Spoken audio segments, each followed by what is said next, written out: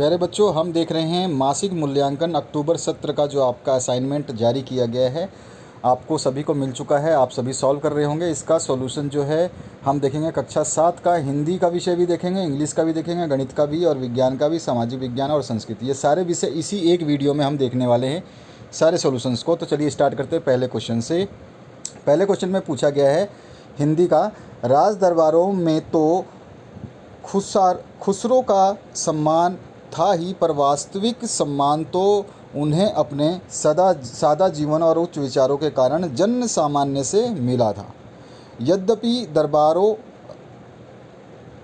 से उन्हें बड़ी संपत्ति मिली थी, किंतु उनका मन महलों में नहीं लगता था। सच्चा आनंद तो उन्हें साधारण जनता के बीच में या फिर उनके गुरु हजरत औलिया के पास मिलता था। दरबारों से मिली संपत्ति में वो गरीबों और फ़कीरों में बांट देते थे। उनका जीवन बड़ा सादा था। वे सभी दरबारी ठाट बाट से नहीं रहे। उन्होंने अपने लिए घर नहीं बनाया और विलासिता से सदा दूर रहे। यानी कि विलासिता मतलब मौज मस्ती, आराम से, शानो शौकत से और ठाट बाट की ओर उनकी रुचि ही न थी। जन सामान्य के बीच जाते ही वे पूरी तरह लोगों से घुल मिल जाते। इसीलिए बच्चे, बूढ़े, स्त्री, पुरुष सभी में वे लोकप्रिय थे। तो यहाँ पर चलते हैं हम क्वेश्चनों के ऊपर। पहला क्वेश्चन पूछा गया है, खुसरो को सच्चा आनंद कैसे मिलता था? तो जन साधारण के बीच अपने गुरु के पास जाने से। डी ऑप्शन इसमें आपको करेक्ट करना है। हम आगे के जो सारे सॉल्यूशंस हैं उनको कंप्लीट देखेंगे। दूसरा क्वेश्चन है, जब खुसरो जन सामान्य के पास जाते थे तब कैसा व्यवहार करते थे? तो उनसे घुल मिल जाते थे। बी ऑप्शन इसमें करेक्ट करना है आपको। इसके बाद में निम्नलिखित मुहावरों में से किन्हीं दो मुहावरों के अर्थ लिख करके वाक्य में प्रयोग करना है। कोई भी आप लिख सकते हैं। मैदान मारना यानी बाजी मारना, आग में कूदना यानी जोखिम लेना या मुसीबत करना, दिमाग खाना मतलब क्या कहते हैं कि आप कैसे बेकार की बातें करके तंग करना, और लहू सूखना मतलब डर जाना, मतलब बहुत ज़्यादा मतलब वो हो जाना, डर हो जाता है इसमें। तो आग में कूदना यानी मुसीबत मोल लेना होता है, और इसका हम वाक्य में प्रयोग करेंगे, मुग़ल शिवाजी से लड़कर आग में कूद गए। इस तरह से दिमाग खाना तो बेकार की बातें करना, छोटे बच्चे बड़ों का दिमाग खाते हैं। इस तरह से हम इन मुहावरों का प्रयोग कर सकते हैं, और दूसरे भी आप कर सकते हैं, आपकी मर्जी है। उसके बाद में यहाँ पर है, निम्नलिखित गद्यांश से विराम चिन्ह हटा दिया गया है। ध्यानपूर्वक पढ़ करके इसमें विराम चिन्ह लगाना है। तो सबसे पहले, क्या आप इस बात से परिचित हैं? बाँस भारत के विभिन्न हिस्सों में बहुतायत में होता है। बाँस जो होता है ना, बाँस। तो क्या आप इस बात से परिचित हैं? तो यहाँ पे ये जो है, यहाँ पे विराम चिन्ह लग जाएगा। यहाँ पे क्वेश्चन टैग लगा देना है आपको। क्वेश्चन टैग भी लगा सकते हैं आप। क्या आप इस बात से परिचित है? क्वेश्चन टैग लगाना आप सबसे ज़्यादा सही रहेगा। क्वेश्चन टैग यानी कि ये क्वेश्चन वाला चिन्ह होता है ना, ये लगा देना।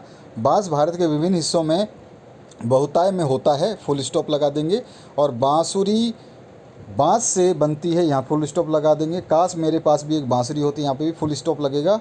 और इसके बाद, इंसान ने जब हाथ से कलात्मक चीज़ें बनानी शुरू की, बाँस की चीज़ें तभी से बन रही हैं, यहाँ फुल स्टॉप लगा देंगे। यहाँ पे क्वेश्चन मार्क लगाना, टैग मार्क जो है ये क्वेश्चन वाला जो हम लगाते हैं ना, क्वेश्चन चिन्ह, ये जो आप क्वेश्चन चिन्ह बोलते हैं ना, उसको लगाना है। ठीक है, आपको क्वेश्चन चिन्ह समझ में आता है ना? क्वेश्चन चिन्ह जैसे यहाँ पर ये दिखाया गया, देखिए थे के पीछे। ठीक है, ऐसा क्वेश्चन मार्क यहाँ पे लगाना है। कहाँ पे लगाना है? इस जगह पे, यहाँ पे क्वेश्चन मार्क लगा लेना, परिचित हैं के बाद में। अब इसके बाद में आते हैं, निम्नलिखित पंक्तियों का अर्थ स्पष्ट करना है। जहाँ पालते लोग लहू में हलाहल की धार, क्या चिंता वहाँ हाथ में नहीं हुई तलवार। तो यहाँ पे प्रसंग क्या है? प्रस्तुत पंक्ति में कवि ने तलवार अर्थात शरीर शक्ति के ऊपर कलम अर्थात मानसिक शक्ति की प्रतिष्ठा की है। यानी कि उन्होंने पंक्ति में क्या कहा? तलवार का मतलब शारीरिक शक्ति है, और कलम का मतलब है कि मानसिक शक्ति, आपके मन की शक्ति है, आपके दिमाग की शक्ति है। व्याख्या क्या है? कवि का कहना है कि वैसे देश में जहाँ मनुष्य के अंतर्मन में सदैव आग की चिंगारी समान विचार उत्पन्न होते रहते हैं, यानी कि आग के चिंगारी के समान जो है विचार उत्पन्न होते रहते हैं। लोग अपनी धमनियों में क्रांति विचार रखते हैं, यानी कि वो अपने रक्तों में जो खून बह रहा है उसमें ये धमनियों को विचार रखते हैं। बुरी प्रवृत्तियों को पनपने नहीं देते। वहाँ यदि लोगों के हाथों में तलवार नहीं भी हो तो चिंता की कोई बात नहीं होती, वे अपने अधिकारों के प्रति सजग रहते हैं। ठीक है, ये इसका जो है अर्थ स्पष्ट किया है हमने। ठीक है, आगे बढ़ते हैं, इंग्लिश का सॉल्यूशन देखते हैं। इंग्लिश में रीड करना है इस पैसेज को। Now you go and get my hammer will he would shout and you bring me the rule. Tom and I shall want the step ladder, and I had better have a kitchen chair too. And Jim, you run round to Mr. Google's and tell him pass regarding hope his legs better. अब इस paragraph को आपने पढ़ लिया, अब इसका answer देना है। Who is asked for the rule, तो यहाँ पे टॉम ने आस्क किया था रूल के लिए। उसके बाद में हु इज़ मिस्टर गूगल, तो mister Google is uncle Podger's neighbour. Podger's neighbour कौन है, तो ये आपके किताब का है, चैप्टर का आपको पता ही है। सेकंड क्वेश्चन जो है फिल द ब्लैंक्स, तो यहाँ पर है आपको स्लैप का जो है वर्ब लिखना है, V1 V2 V3 वर्ब की तीनों फॉर्म लिखनी है। तो स्लैप का स्लैप्ड और तीसरा भी स्लैप्ड होता है, और लीव का होता है लेफ़्ट और तीसरा भी लेफ़्ट होता है। ठीक है, इसके बाद में आते हैं नेक्स्ट जो होता है आपका question, who are 7 of you refer to when uncle Podger's से 7 of you gaping around there and you don't want what I did the with hammer. तो यहाँ पे वो 7 कौन से थे, तो टॉम, जिम, विल और ये मैरिया, उसके बाद में द लिटिल गर्ल और सर्वेंट और नरेटर, ये सारे के सारे नरेटर मतलब जो ये बता रहा है। तो ये 3 3 6 और 1 7 जो हैं वो सातों के नाम आपको बताने थे, इस क्वेश्चन में बता दिए हमने। इसके बाद आते हैं what was everyone's reaction when daddy fell into pond, तो यहाँ पर आपको बताना है it was dull cloudy day and everyone was grumbling with nothing to do और से, मतलब सब कोई मतलब उस दिन जैसा क्लाउडी दिन था, मतलब बादलों वाला दिन था और सब ग्लबलिंग कर रहे और कुछ भी कहने लायक नहीं था। Towards the end of the day when nothing seem to be happening, जब दिन के अंत तक कुछ भी घटित होता हुआ नहीं दिखाया था, daddy suddenly fell into the pond, और डैडी पॉन्ड में गिर गए, तालाब में गिर गए। Immediately everyone grew merry and bright, सभी के सभी जो है एकदम चमक उठे, मतलब एकदम चकित हो गए। विद सीयर डिलाइट, और Timothy ask for the camera and shoot daddy craving out for the duckweed, तो टाइमोथी जो है उसने कैमरे के लिए पूछा और उस डैडी जो उसमें डक की तरह जो उसमें क्राविंग कर रहे थे उसके लिए कैमरे के लिए पूछा या मतलब मांगा। Then the gardener began to laugh and even quacking ducks and drakes seemed to laugh। अब वो गार्डनर जो बगीचे का जो बागबान था वो भी हंसने लग गया, और क्रैकिंग कैसे, जैसे डक और जो करते हैं ना लाफ करते हैं उनकी तरह।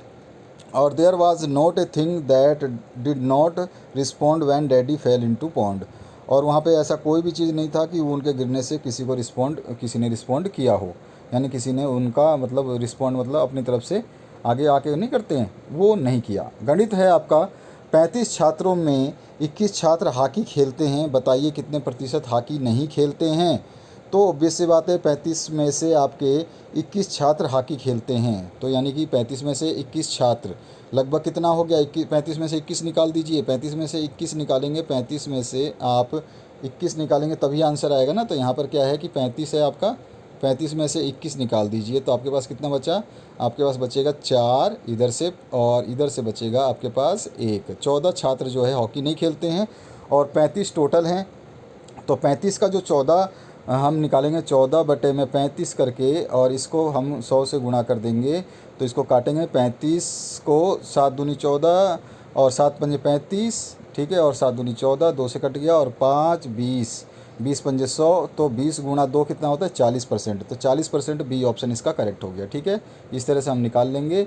और 0.089 को प्रतिशत में बदलने पर क्या प्राप्त होगा, तो 0.89 को हम जब 100 से डिवाइड करेंगे, देखिए मैं प्रतिशत में बदलने का मतलब है 100 से डिवाइड कर देना, तो 0.89 है, इसको 100 से डिवाइड करेंगे तो ये 0.220 है, इधर से 2 जीरो शिफ्ट हो जाएगा तो यहाँ आ जाएगा 8.9 आ जाएगा। तो 8.9 बी ऑप्शन करेक्ट है। ठीक है, अब आते हैं हम 80 रुपये की गेंद को 105 रुपये में बेची गई, बताइए कितने प्रतिशत लाभ हुआ। तो हम सबसे पहले देखेंगे कि जो है क्रय मूल्य जो है, इसका क्रय मूल्य 80 रुपये है यानी बेचा गया, और विक्रय मूल्य जो है 105 रुपये है। तो लाभ क्या होता है, लाभ होता है जो आपका विक्रय मूल्य में से क्रय मूल्य को घटा देते हैं, तो 25 रुपये का उसका लाभ हुआ। और लाभ प्रतिशत निकालने के लाभ गुणा में 100 बटे में क्रय मूल्य लगा देते हैं, तो लाभ हमारे को 25 रुपये हुआ, 100 रुपये हमारा गुणा होता है, 100 तो हमेशा प्रतिशत निकालने गुणा, और 80 हमारा क्रय मूल्य था, तो ऊपर वाला गुणा करेंगे तो 2500 आ जाएगा, नीचे 80 है, 0 से 0 कट जाएगा, 250 बटे में 8 आ जाएगा, और 250 बटे में 8 को आप जब डिवाइड करोगे तो 31.25 जो है इसका आंसर आ जाएगा। ठीक है, अब आगे बढ़ते हैं 4 नंबर क्वेश्चन पे। 4 नंबर क्वेश्चन है 900 रुपये का एक वर्ष में साधारण ब्याज 90 रुपया है, तो 4 वर्षों का साधारण ब्याज कितना होगा। एक वर्ष का हमें दे रखा है 90 रुपया, तो 4 वर्षों का सीधा सीधा है 4 से गुणा कर देंगे तो 360 रुपये जो है इसका उत्तर आ जाएगा। आते हैं 5वें क्वेश्चन पे। 5वां क्वेश्चन पूछा गया है 10,500 रुपये का 6% वार्षिक ब्याज की दर से 5 वर्ष में कितना मिश्र धन होगा। तो सबसे पहले हमें मूलधन दिया हुआ है 10,500 रुपये, और दर जो है यानी कि जो रेट इंटरेस्ट दे रखा है वो 6% वार्षिक है, और समय है 5 वर्ष। मिश्र धन का फॉर्मूला होता है मूलधन गुणा में 1 प्लस में दर बटे 100, और बटे में ऊपर होता है यहाँ पर वर्षों की संख्या। अब लगा देते हैं, मूलधन हमारे पास 10,500 है, एक हमारे फॉर्मूले में है, प्लस का साइन लगाया, दर हमारे को 6% दे रखी है वार्षिक, और 100 बटे में है ही, और 5 वर्ष के लिए निकालना है। तो इसको जब हम इस फॉर्मूले में रख करके इसको सॉल्यूशन करेंगे बढ़िया से, तो हमारा इस तरह से स्टेप वाइज स्टेप करते रहेंगे। ये क्या हो जाएगा आपका जो है इसका लघुत्तम ले लेंगे, लघुत्तम लेने पर ये लघुत्तम ले करके जोड़ करके 106 बटे 100 आ जाएगा, और इसको गुणा कर देंगे हम, तो यहाँ हमारे पास आ जाएगा 13,965 रुपये। ठीक है, तो इसका आंसर हो गया 13,965 रुपये। विज्ञान की बात करते हैं तो विज्ञान में है वनों के लगातार खत्म होने के कारण पृथ्वी का ताप बढ़ेगा, और यह विश्व उष्णता यानी ग्लोबल वार्मिंग का एक प्रमुख कारण होगा। वायु में किस गैस की मात्रा बढ़ने के कारण ऐसा होता है, तो कार्बन डाइऑक्साइड के कारण ये होता है। उसके बाद में कौन से दर्पण अथवा लेंस द्वारा बनाया गया प्रतिबिंब आभासी तथा वस्तुओं से बड़ा आकार का होता है, नीचे दिए गए विकल्पों में से चयन करना है। तो एक उत्तल लेंस जो है ये हमेशा आभासी प्रतिबिंब बनाता है और वस्तुओं से बड़ा बनाता है। ठीक है, उत्तल लेंस, इसीलिए हम गाड़ियों में उत्तल लेंस को यूज़ नहीं करते। पता चला मोटरसाइकिल को देख रहे हैं उस आईने में, उस उत्तल लेंस में हम देख रहे हैं, और पता चला मोटरसाइकिल ट्रक जितना बड़ा दिखाई दिया, समझ गए ना आप। उसके बाद आते हैं हम नेक्स्ट क्वेश्चन पे, इसीलिए वहाँ पे अवतल लेंस को यूज़ करते हैं हम गाड़ियों में, जो भी पीछे की चीज़ें देखते हैं ना अवतल लेंस, उसमें छोटा दिखाई देता है। प्रश्न नंबर 3 है सड़कों के किनारे वृक्षों को लगाना पर्यावरण के लिए फ़ायदेमंद है, कैसे, उदाहरण देकर आपको जो कारण देके बताना है। तो सड़कों के किनारे पेड़ लगाने से गाड़ियों से निकलने वाली हानिकारक गैस को पेड़ सोख लेता है, वो CO2 होता है, और पेड़ उचित मात्रा में ऑक्सीजन को वायुमंडल में मुक्त करती है, जिससे पर्यावरण शुद्ध रहता है। और इसके बाद में चौथा क्वेश्चन है उत्तल लेंस को आभासी या अभिसारी लेंस भी क्यों कहा जाता है। तो अभिसारी लेंस उत्तल लेंस पर आपतित होने वाली किरणें जैसे प्रिज्मों के दोनों पृष्ठों से आवर्तित होकर लेंस की मुख्य अक्ष की ओर मुड़ती है। जो प्रिज्म मुख्य अक्ष से जितना अधिक दूर स्थित होता है उसका प्रिज्म कोण उतना ही अधिक मुड़ता है। यही कारण है प्रकाश की किरणें विभिन्न कोणों से विचलित होकर एक ही बिंदु पर मिलती हैं, इसलिए उसको अभिसारी लेंस कहते हैं। आगे बढ़ते हैं 5वें क्वेश्चन पे। 5वां क्वेश्चन है प्रिज्म जो है सूर्य के श्वेत प्रकाश को 7 रंगों में विभक्त करता है। ये 7 रंग कौन से हैं और इसे आप चित्र द्वारा बताएंगे। तो इंद्रधनुष के 7 रंग जो होता है लाल होता है, नारंगी होता है, पीला होता है, हरा होता है, नीला होता है, जामुनी होता है और बैंगनी होता है।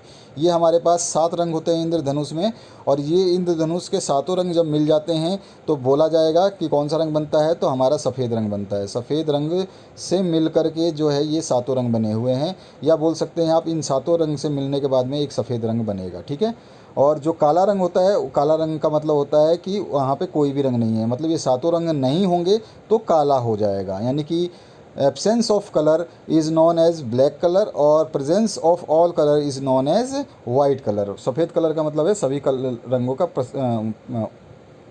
वहाँ पर प्रेजेंट मतलब उपस्थित होना, सभी रंगों का उपस्थित होना जो है सफ़ेद रंग का प्रतीक है, और काला कलर मतलब किसी भी रंग का ना होना। तो यहाँ पर हम केवल 7 रंगों की बात की गई, तो 7 रंग हमने बता दिए। आगे बढ़ते हैं सामाजिक विज्ञान में यह विश्व का सबसे बड़ा गुंबज है। यह आदिल शाह का मकबरा है तथा कर्नाटक में स्थित है। तो ये कौन सी उपयुक्त कथन के हिसाब में ये कहाँ पर है? तो बीजापुर में है। बी ऑप्शन इसमें करेक्ट करना था आपको, बी ऑप्शन करेक्ट हो जाएगा। अगर आप अपने विद्यालय में हैं और भूकंप आ जाता है तो खुद को बचाने के लिए तत्काल क्या करेंगे? तो कक्षा शिक्षक के दिशा निर्देश का पालन करेंगे। नहीं कि ऐसा नहीं पता चला कि आप तुरंत भाग जाओगे, ये करोगे वो करोगे। फ़ोन करके सूचित करना आप कक्षा में नहीं कर सकते, प्रधान शिक्षक के पास इंतज़ार नहीं करोगे, अपने माता पिता की मदद के लिए नहीं बुला सकते। तो ये तीनों चीज़ें नीचे वाले आप नहीं कर सकते, क्योंकि आपके पास में फ़ोन नहीं होता है, आपके पास फैसिलिटी नहीं होती है। आपका शिक्षक जो कहेगा वो करना होगा। राज्य में होने वाले विधानसभा चुनाव से संबंधित प्रक्रिया को ध्यान में रखते हुए सही क्रम के आधार पर उत्तर आपको देना है। तो सबसे पहले ब आएगा, चुनाव आयोग द्वारा राज्य में होने वाली सारे चुनाव का घोषणा करना। उसके बाद द आ जाएगा, नामांकन को खारिज या रद्द करना। उसके बाद में आपका स आ जाएगा, जिसमें आ जाए पार्टी और नेता द्वारा चुनाव का प्रचार करना और मतदाताओं के द्वारा मतदान करना। उसके बाद में अ पार्ट आ जाएगा आपका, चुनाव आयोग द्वारा मतगणना करना। अभी जो आपका सितंबर में एग्ज़ाम हुआ था उसमें भी ये क्वेश्चन आया था, बहुत इंपॉर्टेंट क्वेश्चन है इसका मतलब। और इसमें आपका जो चौथा क्वेश्चन है, विधान परिषद का सदस्य बनने के लिए कई प्रकार की योग्यताओं का निर्धारण किया गया है। वो कोई 4 योग्यताएं आपको बतानी है। तो पहली योग्यता आप बता सकते हो कि वो भारत का नागरिक होना चाहिए, यानी भारत का रहने वाला हो। दूसरा हो, उसकी आयु कम से कम 25 वर्ष हो, यानी 25 साल तक का होना चाहिए। वह पागल या दिवालिया ना हो, यानी कि उसको पागल करार किसी ने ना बोला हो या ना दिया हो। और दिवालिया मतलब संपत्ति से जो है उसको, ऐसा नहीं है कि उसने किसी कंपनी को बेच दिया है या अपने आप को बोला है कि नहीं मेरे पास पैसे नहीं है, इस टाइप का भी आदमी ना हो कोई तरह का। और कानून द्वारा कोई भी अपराध उसके श्रेणी में ना आता हो, यानी कि किसी भी अपराध को उसने ना किया हो जो कि उसको पुलिस के चक्कर काटने पड़े हों या पुलिस चौकी जाना पड़ा हो। जल चक्र को चित्र के माध्यम से दर्शाते हुए स्पष्ट करना है। तो स्पष्ट कैसे कर सकते हैं हम? ये रहा जल चक्र का चित्र। और इसमें सबसे पहले क्या होता है, ये जो है आपका समुद्र है जैसे, ठीक है। और ये समुद्र का पानी जो है, ये पानी वाष्पीकरण, धूप के प्रकाश से जो है वाष्पीकरण गर्म होकर के वाष्प बन जाता है। जैसे कि आप देखते हो कि पानी उबलता है जब गैस पे रखते हैं तो वाष्प बन के ऊपर उड़ता है। तो ऐसे ऊपर उड़ने के बाद में ये बादल के रूप में बन जाता है। और बादल के बाद में संघनन होता है, यानी कि बादल बनने के बाद में संघनन मतलब होता है कि बादल बन जाता है, उसी को संघनन बोलते हैं। और संघनन के बाद में ये बादल क्या होते हैं, बारिश के कारण जो है ये जो है नीचे ज़मीन पर वापस गिरते हैं। और ये गिरने के बाद फिर से कहाँ आ जाते हैं, इसी तालाब में, इसी समुद्र में, इसी नदी में। और फिर से वाष्पीकरण होता है, फिर से ये संघनित होकर के बादल के रूप में बारिश करते हैं और फिर से वापस। तो ये चक्र चलता रहता है, यही जल का चक्र है, ठीक है। आगे बढ़ते हैं। दीर्घ उत्तरीय प्रश्न, सल्तनत कालीन और मुगल कालीन स्थापत्य कला में अंतर आपको स्पष्ट करना है। तो सबसे पहले सल्तनत कालीन जो है विशेषताएं आपको बता देनी है। तो ये आपकी 4 विशेषताएं हैं, जैसे सल्तनत कालीन में निर्मित कला, मकबरा, महल, मस्जिद एवं मीनारों में नुकीले मेहराब और गुम्बदों तथा संकरी और ऊंची मीनारों का प्रयोग हुआ था। उसके बाद में भारतीय एवं ईरानी शैली का प्रयोग निर्माण कार्य में किया गया था। सल्तनत काल में मुसलमानों, अमीरों और सूफी संतों के में स्मरणों में मकबरों के निर्माण की शुरुआत हुई थी, ठीक है। संतों के स्मरणों में, यहाँ में नहीं आएगा, इस संतों के स्मरणों में शुरुआत हुई थी। अच्छा, इसके बाद में घ है, इमारतों की मजबूती के लिए पत्थर, कंक्रीट एवं अच्छे किस्म के चूने का प्रयोग किया गया था। तो ये सारी सल्तनत कालीन की विशेषताएं हैं। और इसी तरह से मुख्य विशेषताएं हम बताएंगे मुग़ल कालीन की। मुग़ल कालीन में पहली बार आकार और डिज़ाइन की विविधता का प्रयोग किया गया था। पहली बार कोई आकार और डिज़ाइन बनाए गए थे। निर्माण सामग्री में पत्थर के अलावा प्लास्टर एवं गजकरी का प्रयोग हुआ था। और पितरादुरा का प्रयोग सजावट के क्षेत्र में संगमरमर पर जवाहरात से की गई थी सजावट। और इस काल में बनने वाले गुंबदों एवं बुर्जों को कलशों से सजाया गया था, ठीक है। तो ये हो गया इसका आंसर। अब आते हैं संस्कृत पे। संस्कृत जो है आपका, इसमें क्या है, क पादेन सिच्चति, तो यहाँ पे मालाकार, ठीक है, क्योंकि ये आपका ये जो है यहाँ पर पहले पढ़ना है गद्यांश को। और इस गद्यांश एतत् उद्यानम अस्ति अत्र अनेक वृक्षा पादपा च सन्ति ते शोभाना सन्ति अनेकानि पुष्पाणि सन्ति तानि सुंदराणि सन्ति और मालाकार पादपान सिच्चति। तो यहाँ पे मालाकार ही, तो इसका आंसर यहाँ पे आ गया। अत्र एक हिंदोलः अस्ति तत्र बालका क्रीडन्ति धावन्ति च। अब पुष्पाणि इत पदे का विभक्ति प्रयुक्त है, तो पुष्पाणि का जो है प्रथमा विभक्ति है। आपने विभक्ति याद की होगी तो आपको याद होगा। और गद्यांश देव अव्यवचित लिखित, तो इसमें अत्र और तत्र जो है ये अवयव हैं, तो ये लिखना था आपको आंसर। आते हैं चौथे क्वेश्चन पे। तो चौथा क्वेश्चन पूछा गया है, हिंदोला पदस्य अर्थ लिखत। तो काठ का बना हुआ वह बड़ा चक्कर जिसमें लोगों के बैठने के लिए ऊपर नीचे घूमने वाले छोटे छोटे चौखटे होते हैं, ये होता है हिंदोला। ठीक है, उसको हमें इसको बताना था कि इसका अर्थ क्या होता है। तो ये आपका 7th क्लास का फुल सॉल्यूशन हो गया। इसी तरह अक्टूबर के बाद में हम नवंबर, दिसंबर, जनवरी, फरवरी में आपके साथ रहेंगे। आप पूरा वीडियो आराम से देख करके सॉल्यूशन बनाइए, अपने दोस्तों के साथ पूरा का पूरा शेयर कीजिए, अपने साथ साथ में इनको पढ़ाई कीजिए और अच्छे से तैयारी कीजिए। आपके सभी विषय के सॉल्यूशंस बना दिए गए हैं। आपका सितंबर का भी बनाया गया था, अक्टूबर का भी बना दिया है, नवंबर का भी बनाएंगे, दिसंबर का भी बनाएंगे। इसी तरह से आपके जो जो बोर्ड से आते रहेंगे वो हम सब बनाते रहेंगे, ताकि आप लोग पढ़ पाएँ और आसानी से तैयारी कर पाएँ। Thank you very much for watching this video. Have a good day और आपके एग्ज़ाम्स के लिए बेस्ट ऑफ लक। ठीक है।